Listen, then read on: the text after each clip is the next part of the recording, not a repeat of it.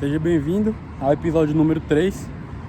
E agora a gente vai começar, a abordar o lado mais filosófico das coisas. E o tema de hoje, desse vídeo, é a procrastinação. Entendeu?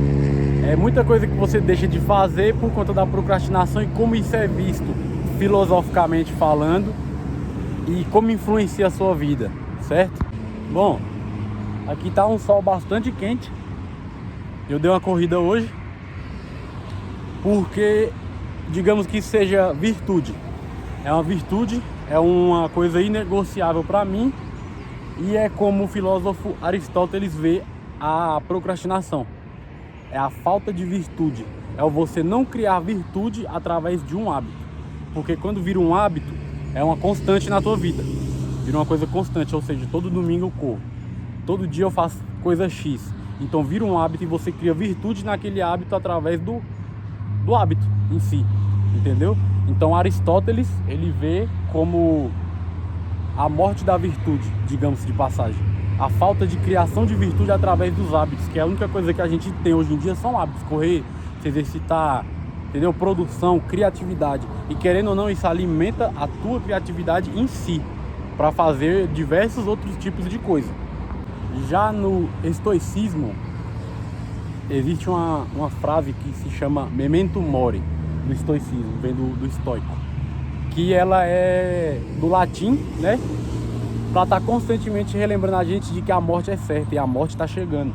A única coisa que a gente tem é o tempo.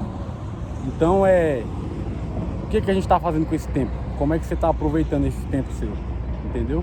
E conforme o tempo vai passando, a morte fica cada vez mais perto e você não faz o que você está idealizando. Quando a gente diz, amanhã eu faço, a gente está criando um eu futuro, entendeu? Para poder fugir da responsabilidade de fazer as coisas agora.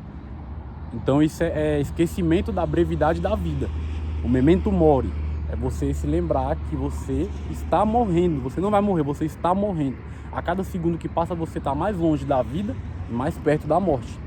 Então quando a gente cria esse amanhã eu faço, depois eu faço, a gente está criando o nosso próprio eu no futuro, para jogar essa responsabilidade para lá, para ele, para o seu eu do futuro, e o seu eu de agora conseguir fugir disso. E é justamente quando você foge disso que você esquece o viver o agora, que é o hic et nunc, do latim também, que se diz, traduzindo, diz viver o agora. Porra, amanhã eu corro, mas e agora? Você está fazendo o quê? Amanhã eu faço tal coisa. E agora? Você tem que viver o agora. Você pode sim planejar o seu futuro, mas você tem que planejar, idealizar o teu futuro e pensar o que você está fazendo agora para que isso seja possível lá na frente. Entendeu? Você tem que trabalhar, não é só você pensar, amanhã eu vou começar a correr. Aí hoje você dorme 2 horas da manhã.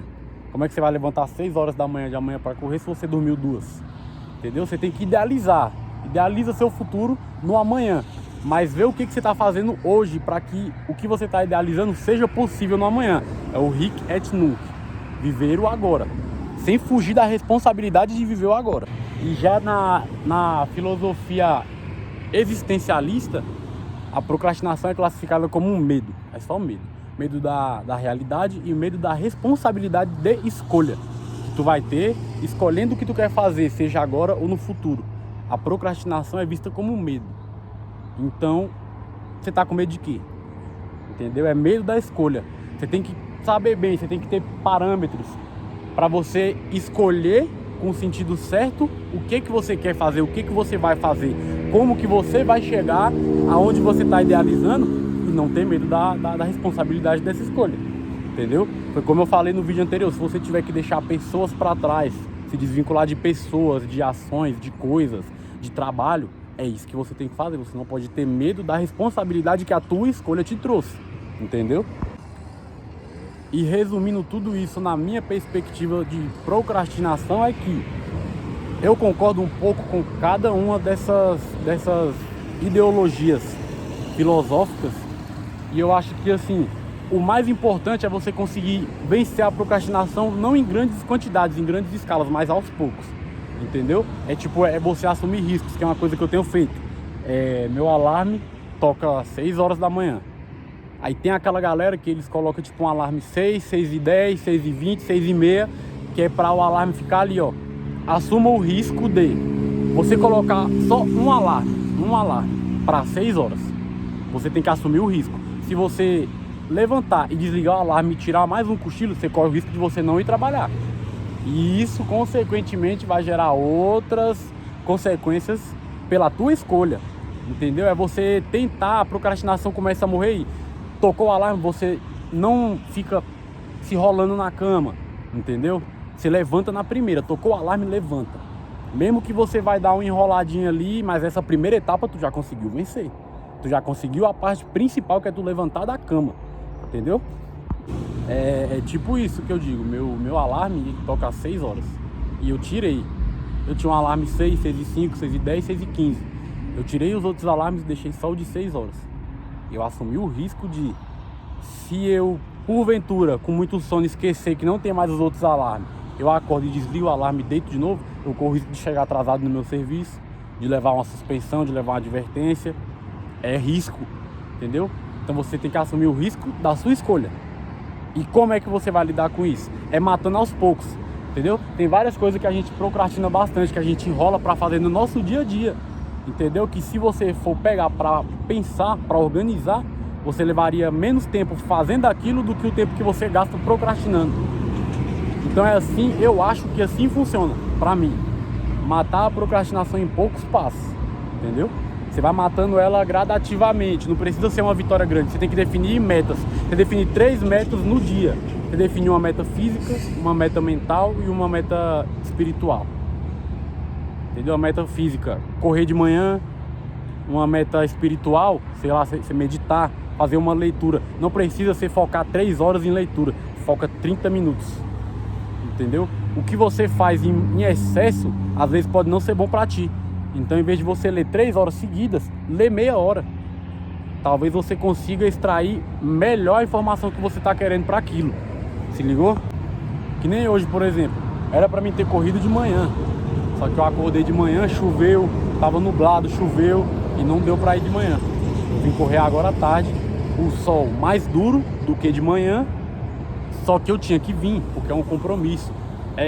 Qual que foi a consequência da minha escolha de correr todo domingo? A consequência é que talvez de manhã não dê pra mim correr. Então eu vou ter que correr à tarde. Talvez à tarde não dê pra mim correr. Então eu vou ter que correr à noite. Mas não pode passar do domingo. Entendeu? É consequência da minha escolha.